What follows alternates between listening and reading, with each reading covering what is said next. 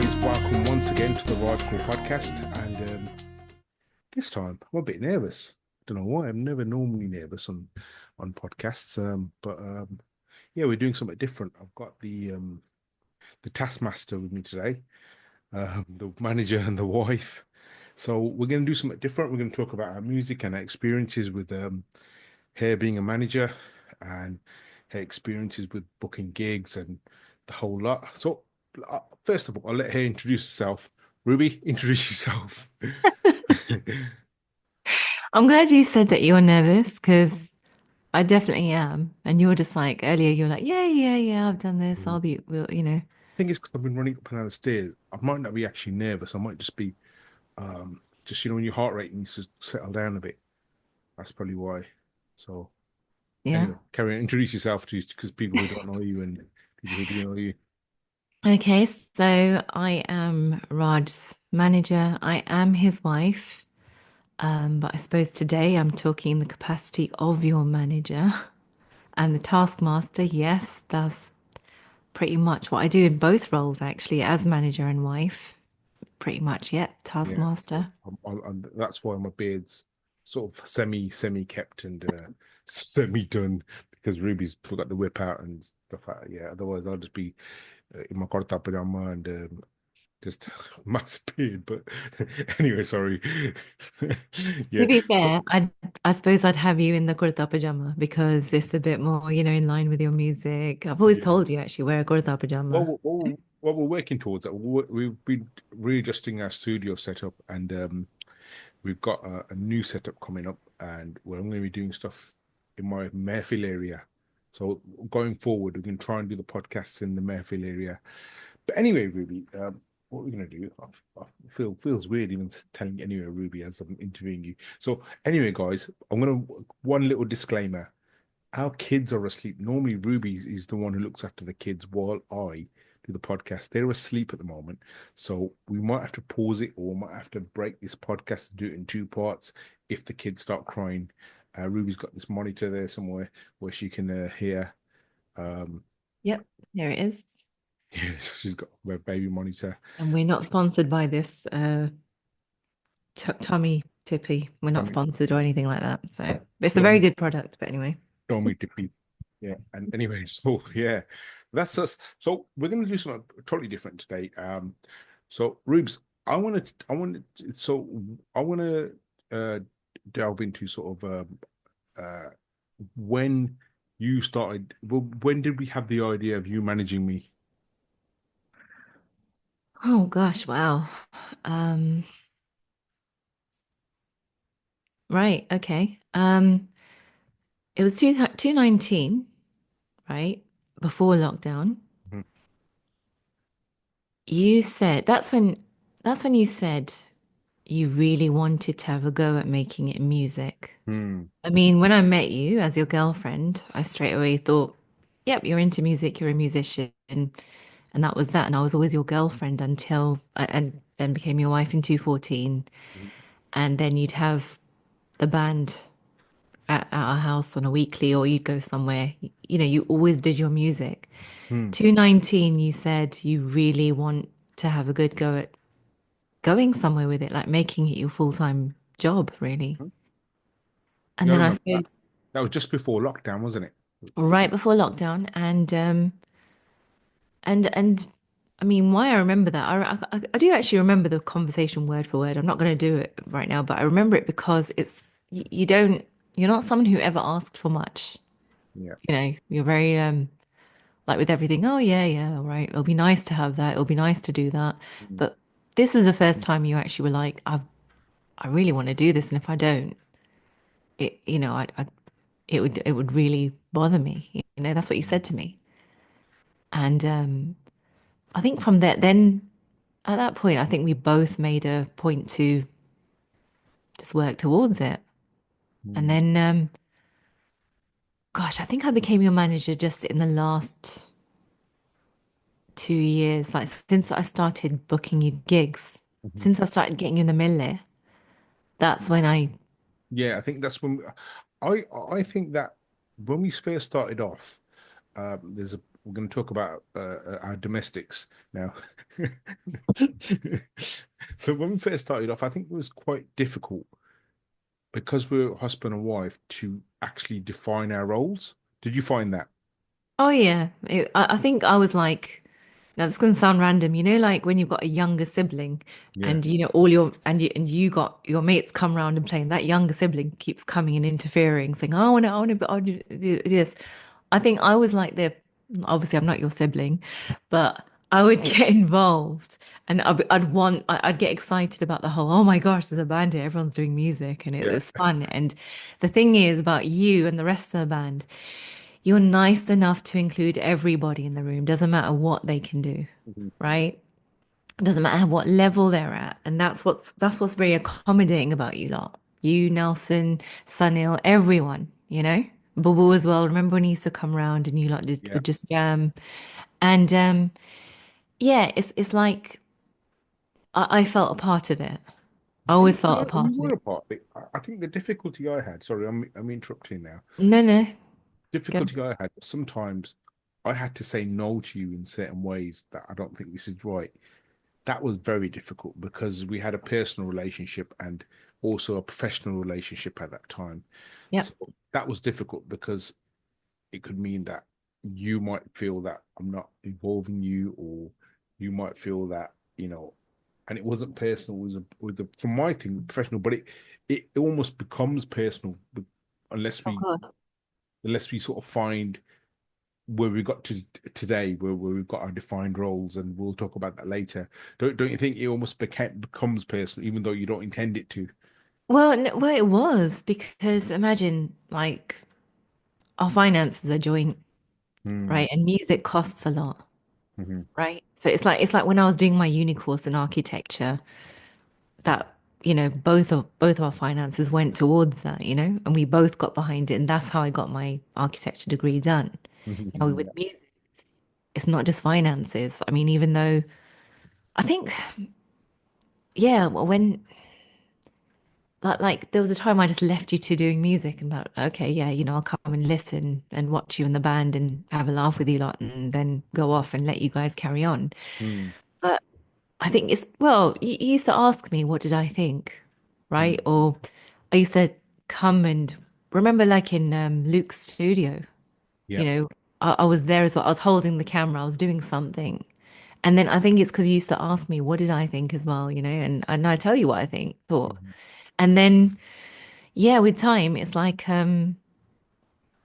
yeah, like I suppose as a band leader, like which you generally are, you have to do that with everybody, Mm. and yeah, like not the whole personal and band Professional. boundary with us is clearly, I mean, it took us a while to sort that out. Iron that out, wasn't it? It's Yeah, and the worst part was, especially after kids, yeah. post postnatal. I mean, I don't think I had postnatal depression Mm. or whatever, But it gets but difficult because you got lack of sleep, lack of personal time and to, you're sensitive, yeah, exactly. and I think that was the toughest time because after kids, you just think, oh gosh, or like when we had Renee, and life just changed drastically for me, where I would be full time at home with her. The only other person I talked to was you. You Unfortunately. obviously have to do a lot more other things. Like the only other adult, I mean, you know, I can Mm, have an adult conversation. And I remember, obviously, you're doing a lot of things at once. You're doing the day job, then you're also giving me some relief, like looking after her. Then you're doing 10 other things which are related to her. And I think when you become a parent, you can appreciate how I'm not going to say time consuming children are. They do take up your life, but I don't want to make it sound like a negative. no, But it's it not. takes Oh, yeah. it takes up both parents. I don't know how single parents do it, but it was like I remember, sorry if I'm digressing, going on a tangent, but it's like I remember getting upset with you when you couldn't make time to talk to me because I was very sensitive as well, Mhm. and you weren't doing it on purpose, but it was like the backdrop was, oh, I was getting frustrated. You're not making time to talk to me, blah, blah, blah. I Then on remember. top of that, No, then on top of that, now, if I recommended something in music or like something like that, and you just kind of heard it, but then it, did your thing of, If do I Alan listen to? Daffy sort of thing. Yeah, yeah, yeah. Then obviously I'd take that personally, thinking, oh, well, you don't listen to me anyway. That's what would Yeah. happen. So yeah, it was quite an adventure. But what I would say is, I think every couple should do something like that Mm, because I think, like we've always had something on the side. It was either it was me doing like the second degree or you doing music and stuff. But it mm, was just nice to focus on something else. yeah. I'm not saying it's not like if you just have the kids, that's fine and you enjoy that. But I think for us it really worked. And Mm. it has been fun along the way. It's had its challenges, but if it didn't have the challenges, it wouldn't be enjoyable, I don't think, or the wins that we experience wouldn't be enjoyable. Hi guys, this is Raj Kaul. Thanks so much for listening to the podcast. If you want to support the rest of my music, if you could go and check me out on Spotify, on Apple Music, and add my songs to your playlist if you like them. Thank you.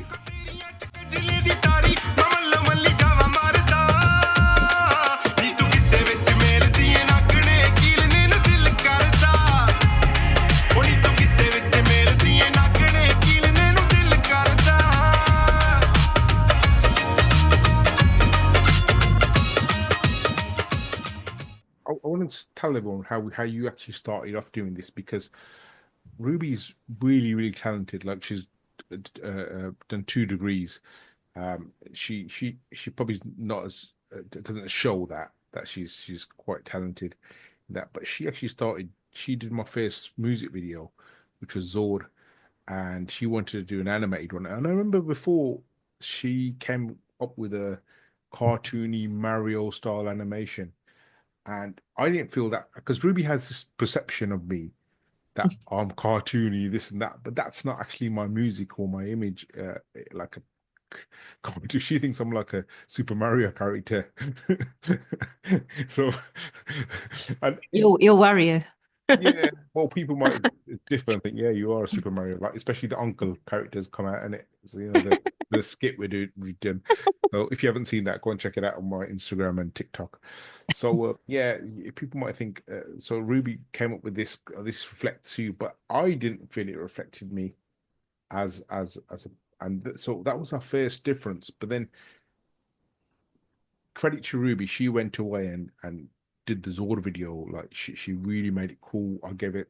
We dressed up, and what she did, if I remember, Ruby, I don't know the word you use for it, but she took photos and then animated over the photos and made those photos come come to life. It was is that was That's pretty well, we filmed you doing the sequence. it's called So yeah, retro? Is it retrograding? It's called, have I got the wrong word? I'll be honest, I don't actually know what the word for it is. I There's a think word for it. Yeah, your work colleague actually told you what yeah, it is. yeah. But yeah, it was frame by frame. It was done. And do you know what? I'm sure there's a much easier way to do it. And I saw that I've got Adobe Suite. And I was, as you know, like our daughter, I get frustrated with things if I don't know how to do it, you Yeah. know? So I'm trying to learn it. It doesn't come naturally to me to learn these new things. So I just thought, okay, forget it. I'm going to use my architecture, AutoCAD, and I'm just going to draw each bit frame by frame. Mhm. And yeah, your music video came like that. So it was taking videos of you, taking some stills, tracing over your image, then moving the mouse to make it, look like that it's actually singing it as well.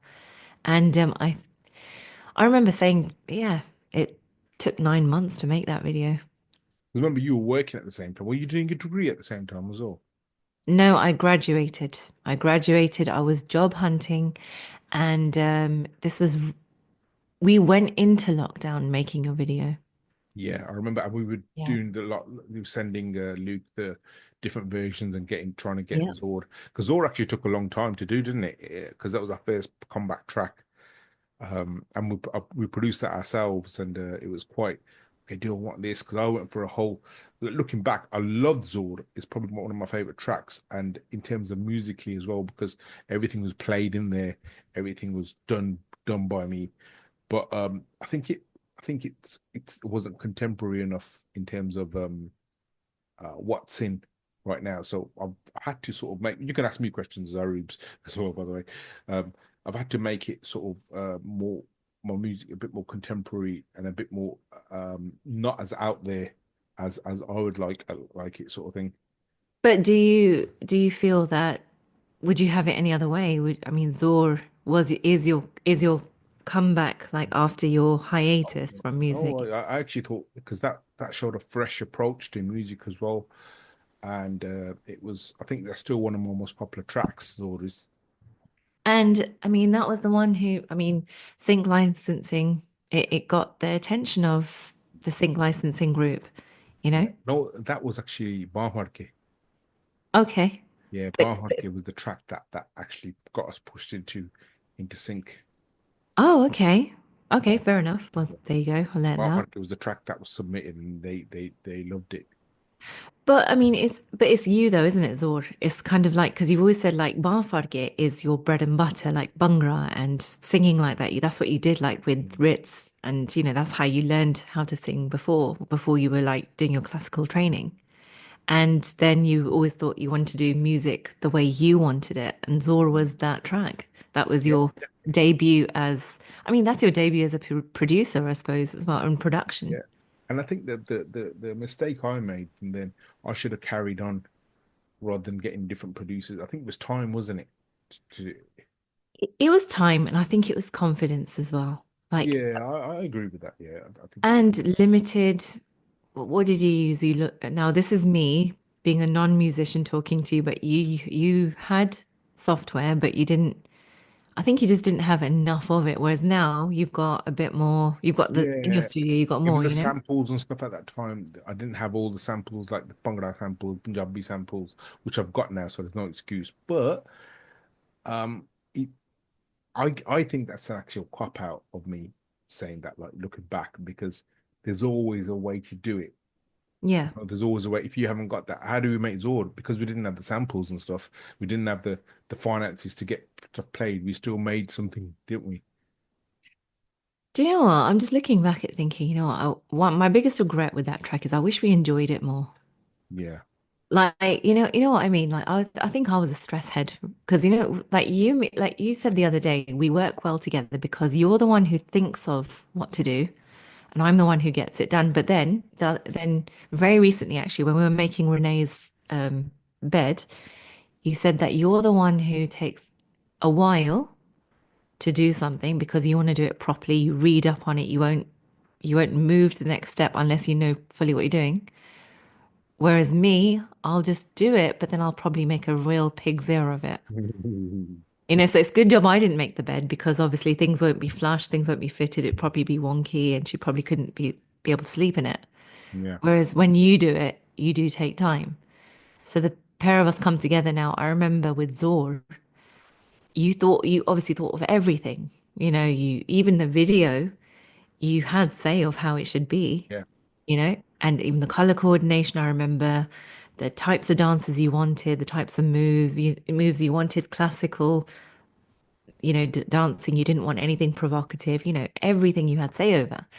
But to get things done, I remember I just nagged you through that project, nagged you constantly, really, at each stage. Yeah. And yeah, I'm the one, yeah, the stressy one. And But mm, I remember through Zor as well. I remember you had Reka in there as well. And I don't know whether if you haven't seen the Zor video, go and check it out. There's a scene from Reka from Muqaddar Ka Sikandar. So any Amitabh Bachchan fans will know. Yeah, if you're, I think it's from Muqaddar Ka Sikandar. I think so. Or either that or Umar Jan, one of the two. It's from but Reka's in there as well. Um, yeah. So do, if you do haven't you seen remember? that, check it out. Do you remember the evening when it got played on the radio? Yeah. That's when I think you and me were like, "Oh no, wait, we actually made something, and it's gone Yeah, it's beyond got what we radio and stuff. expected." Yeah. Because And we were like, I mean, we didn't have any goals or expectations of what's going to happen of it. What we did have was your whole family, all your friends, got behind you and the hype, you know? yeah, absolutely. And we even had Master Slim give us a shout Yeah, out yeah, on yeah, the track yeah, as yeah, well. That yeah. was amazing. Like it's a world global artist like Master Slim shouting out a track. which is pretty Do you know what's decent. amazing about Zor? Everyone came together. I Yeah. remember even from you wrote it. I remember Boo Boo. He was like really, he was part of that whole journey. Like when every we went to, I'm just trying to rethink. We recorded that at Luke's studio, didn't we? Uh, Zor. Or no, no? that we recorded at Banty Studio. Remember with Yes, Captain? and Boo Boo came with us, Yeah, yeah, right? And I mean, I mean, what was exciting for me was I didn't expect. I mean, the Barnsley studio is it's like a real a Indian shop selling pots and pans, some other stuff, and you don't think anything of it, and then he leads you up these weird back stairs, and you're like, oh, there's this recording studio here. mhm, And then yeah, I mean, to me that's really foreign. I just thought, okay, like I've been to many Indian shops. You find butchers at the back, jewelers at the back. I never saw a recording studio at the back. yeah, And then he's like quite a character in himself. And then Bubble was there the whole time, listening to each bit and advising you. And yeah, I was like constantly taking photos for social media. yeah. And then after that, we told everybody. Remember, we got everyone counting down for it. My friend Kamark, she even who's into marketing, we said, look, could you help us out with using your marketing knowledge, even though it's not musical marketing, could you just be part of this? She gave us advice. She also got part of it. I think my mum did, your mum did. We had everyone counting down. Yeah. Do you remember that? Yeah, Even though, yeah, absolutely. Sometimes because you get on the Amazon Fire Stick, you get memories of your photos on there. So mum's on there with like 4 days to go, and you're on there 3 days to go, and so that was a whole thing. Which it's gone up Insta at the moment. We've destroyed our Instagram at the moment, so we've got just 12 posts on there, I think. But yeah, yeah, yeah, that was down to me saying let's copy people like Kanye or Taylor Swift because they just wipe their whole Instagram, start a new project.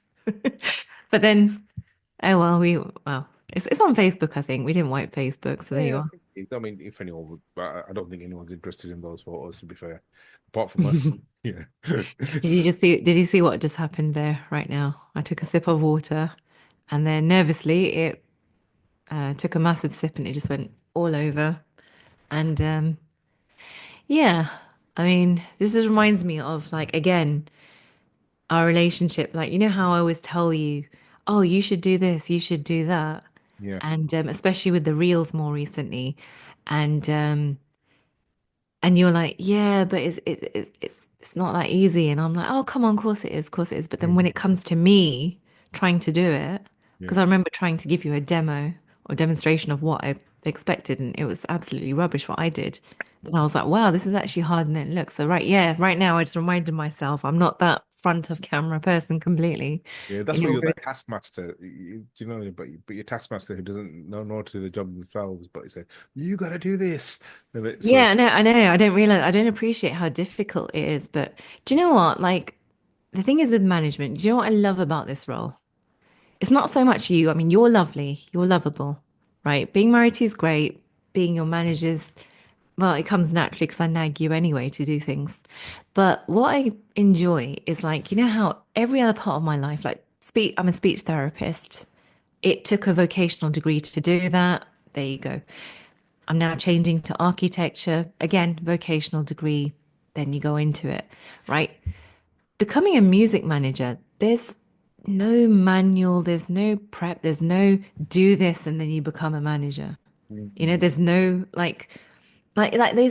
things on social media, like Damien Keys has been helpful, you know? And then you've got the audio book that you recommended to me. I forgot the name now, but I am listening to it. Yeah.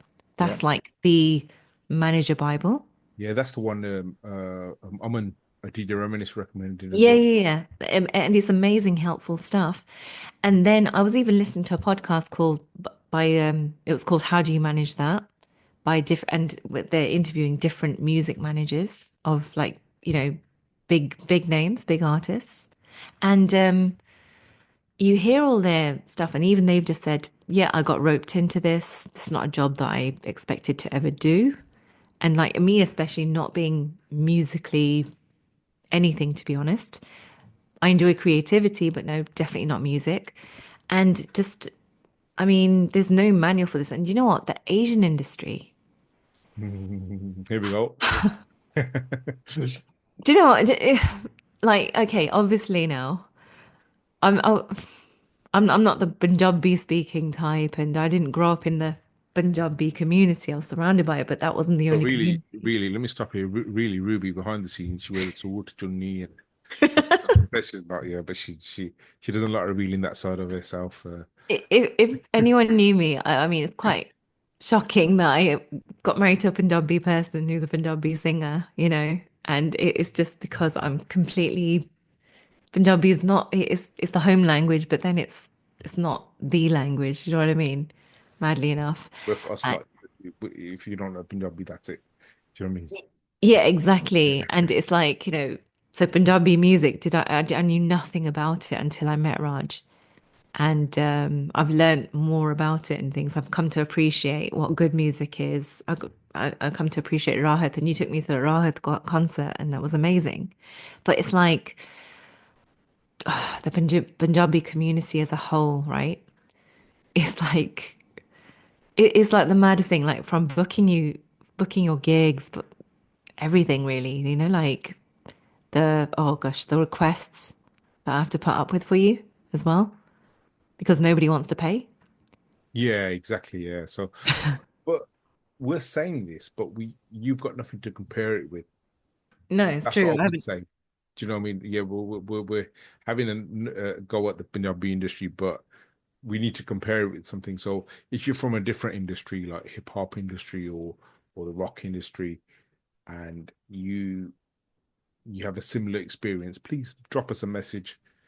Drop Oh us a my gosh, yes. And if you yeah. have So any we openings, please let me know because oh my gosh. Do you know what? It's just I think it's a matter of the grass looks greener, you know? yeah, Like we grew up being Indian thinking, oh, the Indian man way of doing things, you yeah. know? And then you just assume, yeah, the industry's like that as well. And Indians don't want to pay, especially like, okay, one of the worst examples is someone saying, "Oh yeah, we'd like the band for 3 hours only, right? So 3 hour set, and they have to bring the equipment, so your PA equipment, mics, guitar, instruments, everything. And then on top of that, you might as well host the whole night. We're gonna chuck in some other bands as well that you've probably never played with, probably never heard of. You don't know how good they are. I There'll be will provide food. yeah, we'll provide you food. Oh yeah, is that your payment? Okay, And then it wasn't even like, I mean, it was less than what you pay for weddings. Like door players at weddings are £300, £350, This is for a full band. yeah, I got offered something like for your whole band, I got offered best was not more than 250 or something like that for the whole night. Yeah. And we're bringing the equipment as well, wasn't it? That's it. And We're they'd bringing offer the sound equipment, the whole works, the That's it. And mixer. they didn't even offer food. They even said, "Oh, we'll give drinks, not obviously not the expensive cocktails and Yeah, alcoholic ones, probably maybe." water and coke. Yeah, yeah, probably. And yeah, and you were meant to do the whole night really. And oh yes, marketing, you got to do it yourself as well. Yeah, and he wanted us to design the flyer The for it as flyer. well, didn't it? Yeah, The walking flyer around do all flyer. the marketing. And I just remember having a conversation, and he goes, "Oh yes." So imagine this was like a verbal conversation, and I said, okay, I was just humoring him, going along with it, going, all right, okay, when would you like the band? And he goes, right, these are the definite key dates, 24th of December and 31st of December. So I remember saying, so you want the whole band for next to nothing to do the whole night for you, to do the whole marketing away from their families on Christmas Eve and on New Year's Eve. And you know what?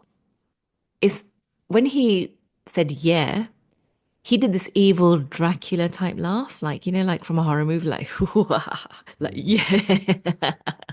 yeah, yeah, yeah, I got you, I definitely, and he was serious as well. And Mhm. I was like, yeah, yeah, I'll get back to you. I still haven't got back to him, but Tell us about the other story. And don't mention any names. So there was this one guy who we were going to do a show with, and oh my God. he just randomly picked like one of my pictures in India Facebook, like. cut it in Photoshop and snapped it on a thing. And Ruby called him out, said, "Well, can you put at least put a proper picture on it?" I'll let you tell the story. So anyway, okay, I'm trying to work out a way to not give away this person's Yeah, identity. don't say what type of event it was or anything, No, no, no, no. I'm because really that'll give trying it hard. away. Just give me a minute. Yeah, But basically, so I suppose this is the start of when I was getting you gigs. So I'm phoning around to all the events that would have a Bhangra act, and this was Bar Farge as well, you know. So I think this is part of the big Bar Farge tour yeah, yeah, 2023. And you gave me a list of what gigs, and you mentioned this particular gig. So yeah, thought ring up the bloke, seemed quite friendly as well. And on the phone, very friendly. You know, had this whole, yeah, yeah, we're Punjabi, you're Punjabi. Oh, we're family. You know, I was like, okay, great. And obviously, I was like, well, you're in Birmingham. We're not going to charge you anything, you know, because I'm all about promoting my band. So imagine no, we're doing, that wasn't the thing. He wanted to actually let you finish off. Sorry. well, it didn't cost him anything, Yeah, but he said, well, yeah, yeah, yeah, you know, definitely we're going to have everyone, you know, and, but what I would say, invite all your family and friends. Should I go further or should I just leave this yeah. now? So I'll say it. So he was saying invite all your family and friends, but the show was ticketed. So we don't. He wanted then you get one free ticket if you buy five tickets, something like that. So he wanted us to go and get our families because we're performing there and it's like a day and dance thing. So he wanted us to spend like 100 or 200 pound on these ticket our families to dish out tickets, and that was one of the conditions for us to be able to perform at the event, which And was I remember saying to him, I said, so, you know, the only way you're going to allow us to perform is if we buy yeah, X amount of tickets and if we promote it. He goes, no, I'm not saying that. I was like, but you are saying that without yeah. saying, you know. And then the problem is, apparently, I'm not very well. Raj will tell you, I'm not very diplomatic, Mhm. and Straight to the I'm a point. bit too. What's that? Straight to the point. And yeah, basically, I wouldn't do well as a politician. I would just, you know, um, gosh, start wars. But basically, yeah, this so you know, it was a done deal. Yeah, you're booked for this gig, provided you do X, Y, and Z. And I was thinking, right, okay, how do we tell him we're not gonna be able to come? I was a mother of one at the time, Yeah. and but yeah, you know, free act. He seemed quite happy with us, and then he did put you on the gig poster. And it was the worst part was because by then we had our press pack where we took photos, and they were pretty good. They were like, you know, imagine again now, this is something we didn't done all ourselves. Yeah. Me not being a photographer took photos of you, and over time they got better, and it You was made a almost proper press pack with bio and EP, proper exactly. EPK. Exactly. And you know, the way you were dressed, like the way your poses were. But then, yeah, what does he do? He picks photos of your most recent trip to India where was it your, hold on, whose wedding was it? It wasn't your brother's wedding. My cousins in India, my chacha's daughter. Yeah, exactly. So you're wearing this black top and you're wearing this family kurta thingy and, you know, and yeah, and then there's this guy on this bed behind you kind of thing, you know, in this, you know, it's the most rago photo ever. You look nice in it, but it was a family photo. Yeah, exactly. On And I just Facebook. remember, Yeah. no, and do you know the way? Okay, not only did he use a personal photo without telling us and posted it, he also it was the way it was photoshopped was awful. Yeah. Like You you know, could it was like see you could see the lining of where it's been cut. exactly, and it was like you know you were narrowed, or everyone was narrowed, and the background and the actual image, the lighting, it just didn't do any favors. It was so Mm. like A-level looking, you know, like someone who just started using Photoshop kind of thing, right? And I remember being polite, right? I was as polite as I could be, right? Because you're always telling me to be polite, and we always have to put our image out there, you know?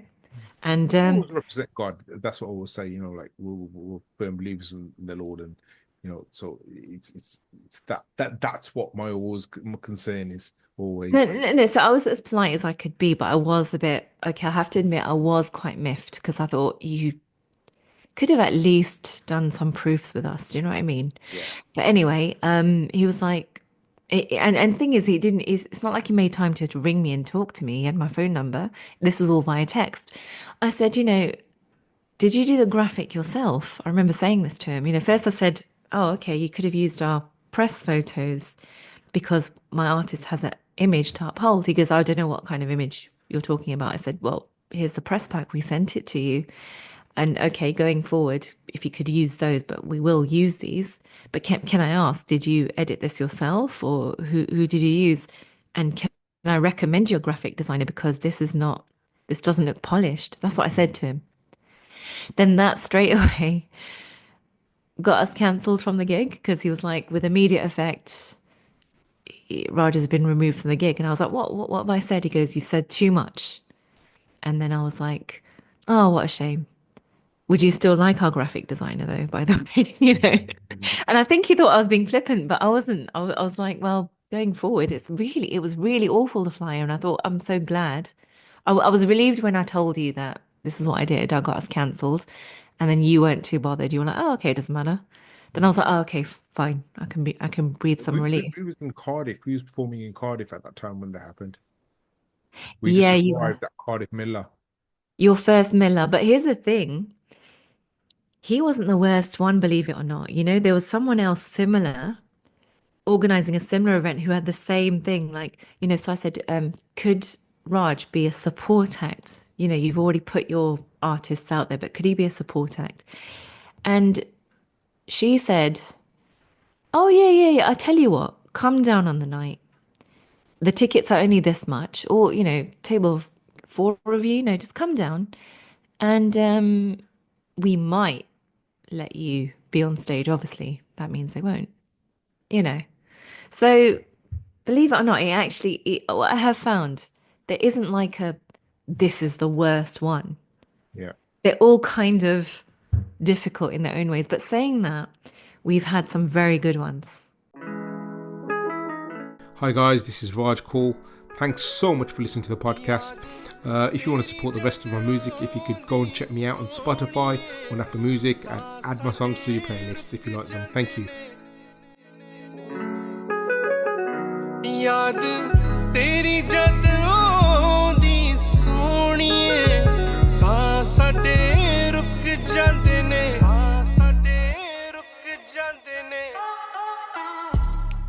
Yeah, absolutely. So what I will say, guys, is I just want to talk something about yourself, Rubes, is that see, I've always struggled to get gigs because I'm just like, okay, do you want to book or not? But Ruby managed to get. See, I was the only artist which had 13 million that year.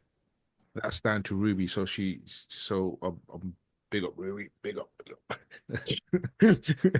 I think from then, you then thought, okay, this is your role. You're going to be a manager.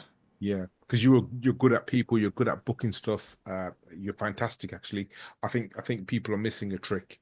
I don't know about good at people because I found basically what you have to do is just you have to start conversations, but good at people because look, the thing is you're far more patient with people than I am.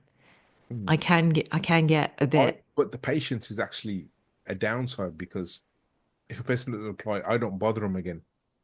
Whereas I do. I feel like, okay, this person doesn't really want to know, so I'm not gonna pester them at all. Just let them go, whatever. And I suppose that's a bit of arrogance on my side as well, isn't it? Like, well, I think it's because you're a bloke, and you always say this. You always say, "Oh, I don't want to stress the person out." Yeah.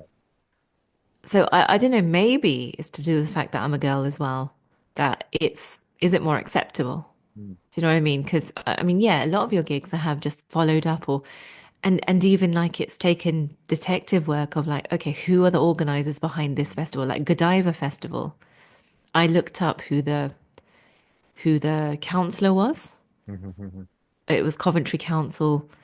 Then, I contacted Coventry Council. They put me through to another department, put me through to another department, eventually got to a festival organizer. They then got us in touch with the Asian acts.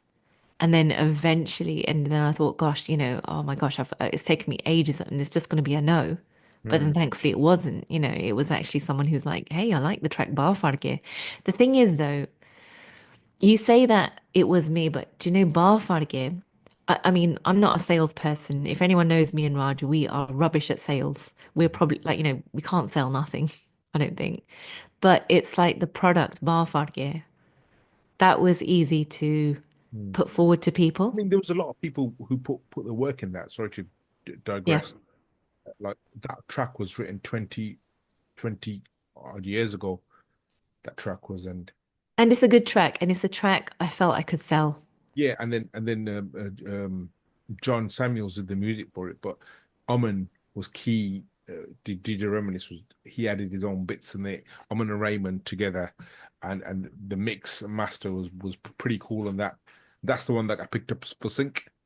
I think that's the track as well that made you continue that decide I'm going to continue working with Amin and Raymond as well. Because, like, I mean, then since then we've had some really amazing tracks from them. Yeah, absolutely. And like they understand how you work. And you've got that relationship where he tells you, do this with your vocals. Actually, can you Yeah, re-sing that? Do exactly. that, Yeah, you know? yeah. So yeah, Barfarge. I mean, even now, I remember I was saying to you, you should do a remix for it. It was that good. But here's the thing.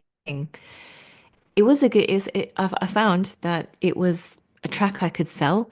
But do you know what the mad thing is? I actually didn't like it. I know. I personally didn't like it. I was like, really? Okay. Like, yeah, I liked the first remix, well, the first mix of it. And then the second time I was like, oh, okay. All right, fair enough. But then I noticed when I put it forward to people, it got you booked. They were like, And Renee yeah. liked it. Renee loved it.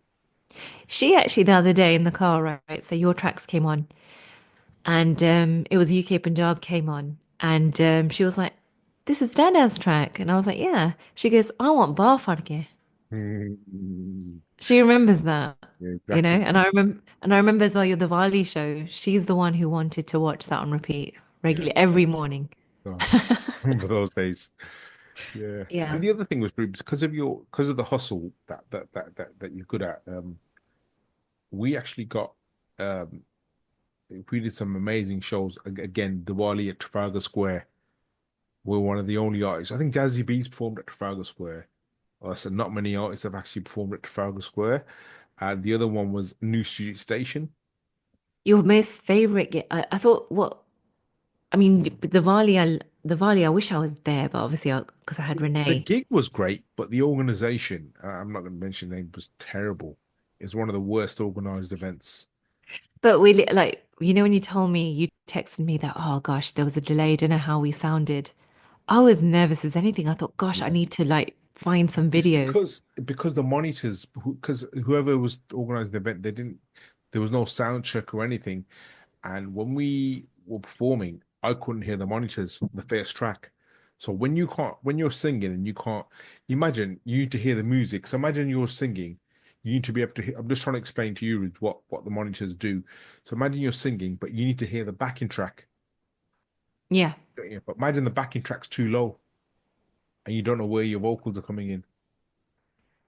I'll be honest, I don't quite understand how you lot do what you do So, because you get up. but can you understand that concept? Like, Yeah. No, imagine no, the no. backing track, and you know that your verse is coming here, your chorus is coming here, but we couldn't hear that. But then you still did it. So that's Yeah, the thing. because That's whatever we could hear, yeah. we had to just like, okay, it's coming in here. We can whatever we hear, we can just make. You can make it. It's a bit muddy. You can hear. We had to make fluke it basically. Do you know one thing I've always asked you as well is like, after every gig, Yeah. I was like, how was it then? You're like, yeah, it was good. And I was like, for goodness sake. Because do you know what? It's like, here's the thing now. What again, being the manager is great because I get to experience something that my life wouldn't allow me to experience. I don't know what it is to get up on a stage and have everyone respond to you, like that, and you be that focus of attention, But right? that's not every gig. Some gigs we've said it's brilliant, like New No, Situation. no, but here's the thing. It's like, okay, so are like, do just like you got all these like Trafalgar Square was 4,000 people or more, and they were 10,000. all it was 10,000. packed out, Yeah, right? 10,000. And you could see that they were there, but you couldn't see because it was so dark as well. Yeah. but you knew, that crowd, I remember they were really quiet. They were actually listening to the music. And, so I'm just like, gosh, as a manager, like through you, I suppose I get to taste what this world's like. Mm. Do you know what I mean? To have everybody looking at you. Like there's nothing in my life that will suggest I'll ever be in that situation. I don't think I want to be in that situation because I'll Mm. probably do something like right now, earlier I'll do something stupid and wish that I'd never done it, you know. So it's just, yeah, I mean, the New Street Station gig, I think you loved it because it was the first time, one, it was Birmingham. It was the first decently paid gig. They respected the Yeah, musicians, absolutely. Yeah, they're right? paid. And the way they asked you to do you were a compere as well. Yeah, And James, who was amazing, like, they were just so accommodating. The sound people were on it as well. Everybody was on it. They were asking for your tracks the night before, so organized. They said, right, this is the first time we got the our only thing they were organized about was the comparing. no, but but things like pat testing, No. no other gig asked us to do pat testing.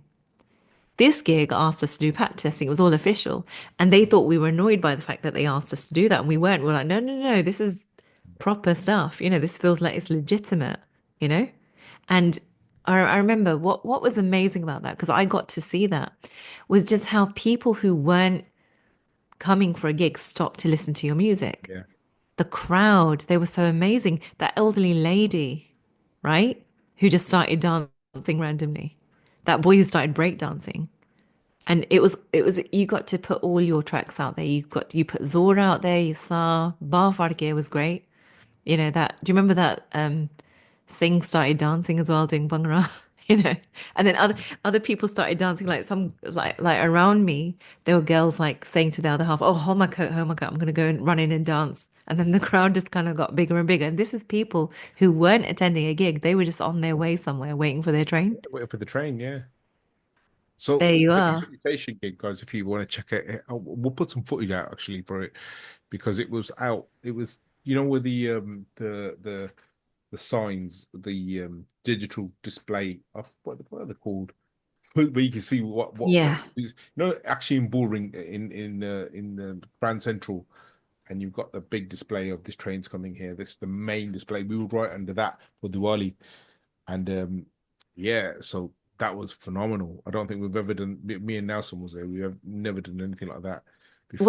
What you didn't see was because like you could see on the escalators and the different levels, Yeah, people yeah, standing on yeah, the balconies, the crowd was thickening. From where I was standing, I was like looking around. My phone didn't capture it. I kept trying to like think, right, let me just film all this. Like everyone's watching right now. Everyone's drawn to your music, And I personally think like my personal favorite track of yours is Saah. yeah. And right now, it's like the numbers it's starting to snowball. Someone's picked it up. It's in It's Delhi big or in in India. it's big in India. Yeah, it's not as big It, here, but in India, it just constantly you see the numbers growing behind SAR. Do you want to tell the SAR story? That's a really good story. Shall I gosh. tell it? We can both tell it, I suppose. I mean, I mean, gosh, wow. This is lockdown, Yeah. and this was like when we were proper full on lockdown. Everyone was stuck at home, and that's when that app, Clubhouse, Hmm. which, if no one's familiar with, is like a social It's platform what where it's what Twitter Spaces is now. exactly, and that just took off. And yeah, that's where I mean, you, me, there was two other people. It was a small space we were in, right? And we're just chatting away. And I remember we were chatting to people in India, some people, and I remember saying something like, "Oh gosh, you guys, that your insects are like the size of our kutte billion." And then that's when Ishq Bekta came Hmm. into our group, and he was listening to our random conversations. And then he noticed you're an artist. So yeah, take it from there, really. I don't remember. All I remember was he was asking for new like he goes, "I'll send you a beat, see if you can write something for him." And He knew you were a lyricist. Like we had Zor, we had the video for Zor, and yeah. we showed him the video for Zor, and he commented on he liked the track, he liked the lyrics. So basically, he sent me the beat for SAR, like a dummy beat for it, and then I recorded something over, it, and he produced something for it, and it was actually sounded unbelievable. anyone who heard it, they couldn't believe it. But Clubhouse was a bit toxic as well, wasn't it? Like you had people like quite like who were not from the industry, or they're trying to get into. Oh no, you should do this instead, do that instead. And everyone was like almost like talve chatting, as you say in Hindi, like with not with me with Ish because they knew he had like links in Bollywood, and because I don't know whether you guys know about Ish Bector. So Ishq was uh back in the 2000s he had massive tracks, not UK tracks, but in Mumbai in India they were massive, like millions of things. He did tracks with Sunidhi Chauhan and massive artists. He had a hip hopper, which as I said, it wasn't the tracks never broke through into the UK, but they were big in India. So people knew that, and they thought, okay, this is our chance to think you. But we were even we had that impression slightly, didn't we? With Well, I think it's everyone, isn't it? It's like you just yeah, think, like when I first met you, you told me that you're a Bhangra singer, and I mm, didn't believe you. I thought, Abby, yeah, you're just doing, you're just saying whatever. And then you showed me a video of you singing for Just Ritz, and my assumption was that if you're someone who puts all this commercial stuff out and puts professional music out, yeah, you're a big deal, and you've got all these links and industry links or whatever, right? yeah, And I think even we had that assumption that, oh wow, this guy's worked on Gully Boy. yeah. You know, He's working Gully Boy as well. Yeah, he's worked on Gully Boy, and he's the one who bought the song Air Hip Hopper. yeah, Like exactly. Rolling Stone India said that he bought a sound Yeah, to he introduced the sound to and India. he worked hard. Ish, to be fair, when you speaking to him, Ish is a lovely guy. He used to tell me that when he went to India before he made those tracks, he was doing like donkey work for producers and stuff and doing mixing and mastering and just doing anything he could in Mumbai. He was doing it like musically. I mean, just to clarify. So yeah, so Well, he grafted. And yeah, the thing is, when you hear him talk about how he grafted, like what I liked about his story was he talked about his failures more than his successes yeah, and how many failures it took. And what I admire is that he didn't turn back. He actually physically moved from a Western country yeah, to India, which is not easy, I don't think. I think solid. it's fine well, from what I've been told, it seems to work the other way. But then when you and me were talking about moving to India, it Mm, was just something we thought we probably wouldn't be able to hack it, no, really, but he actually done that. And even though he had loads of shortcomings, he had quite a few failures, it's not like he turned around no, to go back, which I can imagine that if we had done like, well, I don't know, obviously we've not done it, but it'd be very tempting to turn around. But then the success that he was met with was great, you know? So he obviously grafted for what he done. And that was inspiring. But absolutely. yeah, I remember, here's the thing about that track, Saah, right? So he showed you two samples of beats, and he was on this, like, you can see why he's a success because he was doing something called Dirty 30, where he was gonna like produce 30 tracks and not just beats, he was gonna do full tracks Yeah, yeah, in what, a month or something? He yeah. In a gave month. himself a crazy deadline. Yeah. And the thing about him is, like, I remember when we were chatting to him on Clubhouse, he was like, he was also working out while he was chatting to us. He was doing something, it was always something productive. And he seemed like one of these people who's like very focused on his music, and he was. Mhm. And I think as well at the time he became a dad for the first time. So he was a stay-at-home parent. His Yeah, wife's a yeah. Remember, doctor of some we sort. used to FaceTime with him and he'd show us. Yeah, Yeah, and but you can see how committed he was. Like, so I remember this one bit of visual, like he was wearing a sling like I was wearing, where I think the newborn baby's like you know, on his neck kind of thing or like chest area, and he's got that sling. But then he's got his shirt on top, and then he's just at his production whatever, what have you, console or whatever, right? And then that's what you showed on social media. And I was like, okay, that's dedication. So yeah, he's definitely committed to music. And yeah, he was just doing some crazy stint of 30, doing 30 tracks within X amount of time. He showed you two samples, wasn't it? There was Yeah. two. He showed me a few really, but I wrote a separate track for him, which he Yeah. released himself. Yeah, yeah, yeah, yeah. तेनू But नच्चना नहीं ते नच्चन कहंदे सारे कुड़ी and कुड़ी and he credited you for it. But the thing is with like Saah, when he gave you the beats, I think you picked that beat right, but it was like then I think you were working on another track at the time. It was an international beat, or was it? I don't remember. It might have been international beat. And or no, Nudge Nudge. Remember, we were working lockdown. Nudge Nudge was our lockdown yeah track, right? You were working on that. I think we were halfway through that. And I remember because we were doing 75 hard and we'd go on regular walks out. This is because we were like, oh, this is Spectre, this is a Bollywood link. We're not gonna and the way he works, he would just get the job done. You know, like like if we really said, right, fast. really fast and we thought we have to pick up our pace, we can't just dawdle. And I remember that evening we just stopped everything or whatever we were working on and we went for a walk and that's when you were writing the lyrics. I still got footage of that Yeah, where obviously I'm not helping you with lyrics, you're just bouncing them off me. You know, you're thinking of lyrics or walking and remember you're you going, you used to pull out with crazy lyrics. I think. and I'm not an Punjabi speaker, but no, Yeah, but I think that's when I learned just be quiet and let him do his thinking. Because I think sometimes I would come out with really stupid stuff and then it would just throw you. But then sometimes it helped. Like, okay, one lyric I'm going to take credit for is, in your song in Sonia Madhubala. yeah. Would you I give me that? I don't I remember. said Madhubala. Oh, you can take credit for that. Yeah, Yeah. So anyway, there's a lot I can take credit for, but anyway, I'm not going to. yeah, Anyway, but yeah, well, one thing is I will take credit for Saah. Saah wasn't going to be made if it wasn't for me. yeah. Absolutely. Yeah, Because, okay, you wrote the lyrics, so you sent him the lyrics, the guide vocal and whatever. And he then again, just like lightning, did whatever he did. Then the thing is, then the ball was in our court. We had to sing Saah properly, get it recorded, and yeah, then sent to him. yeah. But no, sorry. So you sent him the guide vocal, he sent it back, and it sounded great. But then He left it there, didn't he? That's it. you Do anything with it. and you Yeah, and there was no mention of it. And then I just said, Raj, why don't we take it on?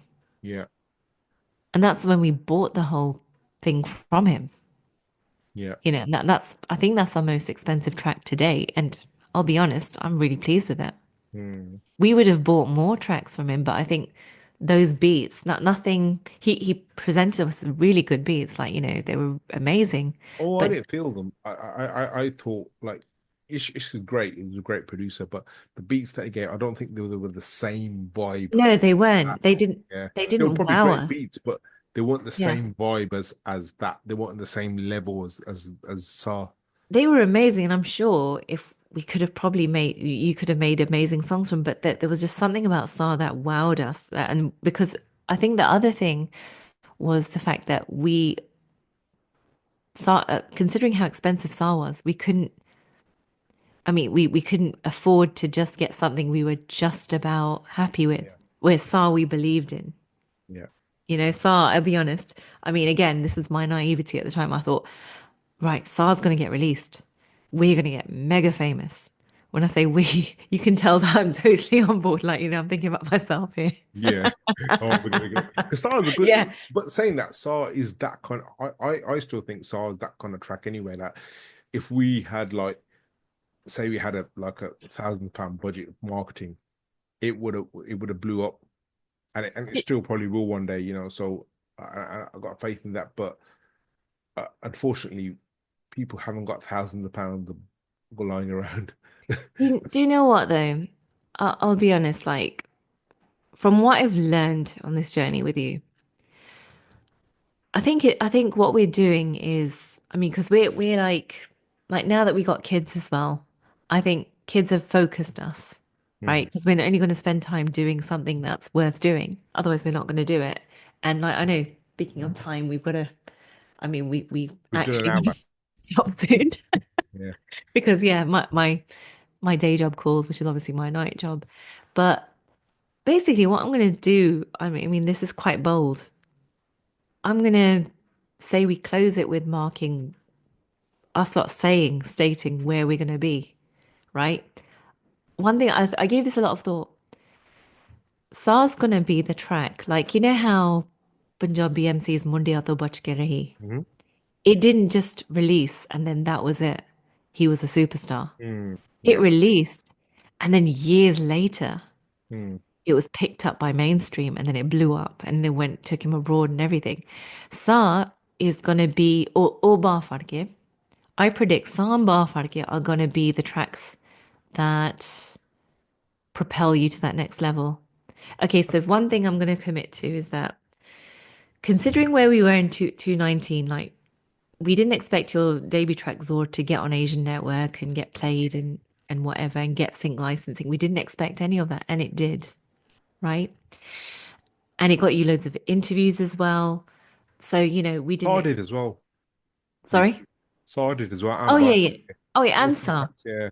No, but see now I'm gonna predict because of what we've learned so far, like that yeah, we have to like that you can't just collab with one famous person, there you go, it propels you. Yeah, You know, that you it doesn't work like that. and one hit wonders don't just happen, or they could happen, but it's like it's a long shot.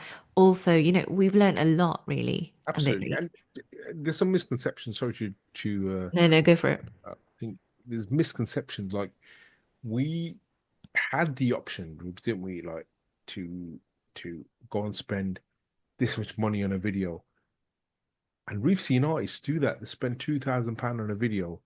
We haven't got £2,000 now. We got kids and stuff like we pay a mortgage and stuff like that. Straight up. So they spend £2,000 on a video, £3,000 on a video, and expecting that's going to think the industry doesn't work like that. You won't get income like that. So how many? So each single, if you're doing a single a month, let's say a single every 2 months, that's like £2,000 a video. That's like Mhm. how many? How much? Two times £12,000 maybe. Pretty much. If you did one track every 2 months, I mean, yeah. So like, yeah, yeah, and like the video having the that's excluding the music, producing the music, mixing, mastering, and all the marketing, advertising. costume as well, like your outfit as well for each Yeah. video can't just be, you know. So it doesn't work like that, and I think that's one of the misconceptions that artists have. Think that you're gonna need to do a video. We've got this far. Ollie's already did a video, not you did the video for Notch Notch in the attic. Yeah. Renee was asking for face paints today, and then the other day there was a box, and that's got all our glow in the dark stuff. I Anyway, you know what? anyway, I'm going to hold off. We can do a part two of this when we've got no guests because our guests dropped out, which is why we're doing this. But we can do a part two. If you like it, guys, make sure you leave your feedback. Rubes, sorry, carry on. no, no. What I was gonna say, I was just gonna make a marker of this episode, right? That look, I doubt anyone's gonna listen to it, but one thing is, our kids will one day say, Yeah. "Mom and Dad," in their awkward chat. This is Here this you is. go. This is how they used to I, chat. I Well, don't think it was great chat. no, no, but obviously, Yeah. So, yeah, guys, if you could, what I was gonna say was that this is the marker that you know what, Bar Farkiosa will make it. We're gonna we're gonna make it to the next level. We're gonna go beyond what we absolutely. done. We're gonna make music your main job. We're going This, to be, this is almost like the vlog, isn't it? What we were talking about. oh yeah, yeah, definitely. I'm gonna use this footage, right? So no, seriously, I'm not gonna say something like Del Boy, like this time next year we're gonna be millionaires. Nothing like that. But we are gonna go to the next level. Yeah. This is a very bold thing, but I will get you to Glastonbury one day Yeah. as your manager. I'm not actually bothered about Glastonbury. I am. Okay, what's But yeah, again? This is the same as the video bit. What's going to happen? You're going to go to Glastonbury, right? yeah. And then what? No, no, it's What's more not then important what. is that we get our streams, our music out there, more Yeah, plays, and yeah, that that's the that is most important, important. but That's that the most isn't important thing. that is important. But what is I believe it's a rite of passage, Okay, look, so like it's like I'm not a religious person in that respect, I don't think there's anything spiritual about it. But for every artist to have gone on the stage of Glastonbury, That's something. You can't say to people who've been on Glastonbury that it's nothing, it's something. You know? I mean, I'm gonna get you on that stage one day, whether it's even sneaking on there or even nicking the stage and have you perform somewhere else. Do you know what I mean? Well, like I'm gonna get I'm not bothered. it's a marker for myself, right? So, Please okay, help us, dude. I'm as not. a manager, I want to have got you to Glastonbury, okay? Or on the Glastonbury stage. Basically, like, you know how you were saying to me, we should really define our goals, right? So, like, for example, by this date, hit this many subscribers or have this many streams. So, I suppose in my mind, I'm like, right, okay, specifically.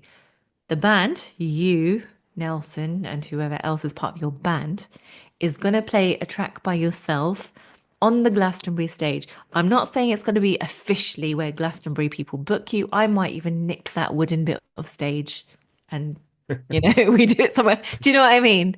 But basically, I've defined the goal like that. Cheeky. Anyway, I'll let you sign us off. So yeah, so guys, if you want a part two of this, make sure you drop a comment. Uh, yeah, It'll if you probably be find it me. enjoyable, It'll you know be what? me dropping a comment.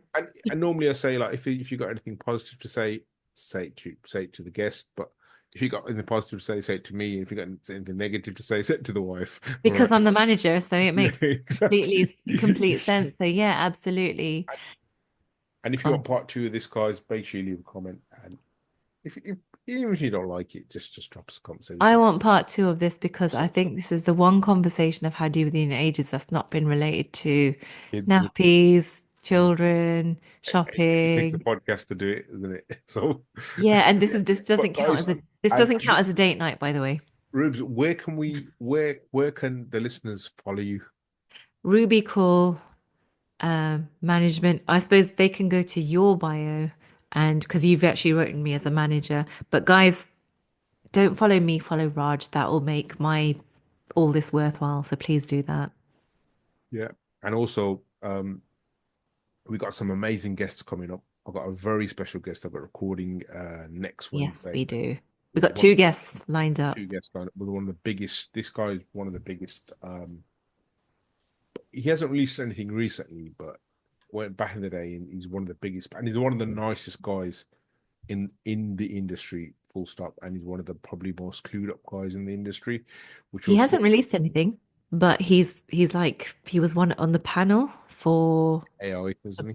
the BAFTAs as well, Yeah, and he's quite big, really. yeah. And if you can guess who it is, put me a message. So, guys, peace out. Even if that's the thing, I'm shattered now. No, So, yeah. So I want to go to sleep now. So, got work in the morning. I've got. I'm going to try and get some more piano practice in, which I don't think I'm going to. I'm just going to sleep. So, Anna, neither. Yeah. So, No, come on, get to it. Come on, yeah. Glastonbury stage. I don't care about Or Glastonbury. Tija, I'll make you a coffee right now. Okay. Guys, anyway, thank you so much for listening. Please leave a review. Please leave some comments. I've already said that. And God bless you all. And Rubes, you can stay back on the line. Actually, I'm just going to cut it off because we can talk downstairs afterwards, all right? Over a cup of tea. All right. God bless you all and peace.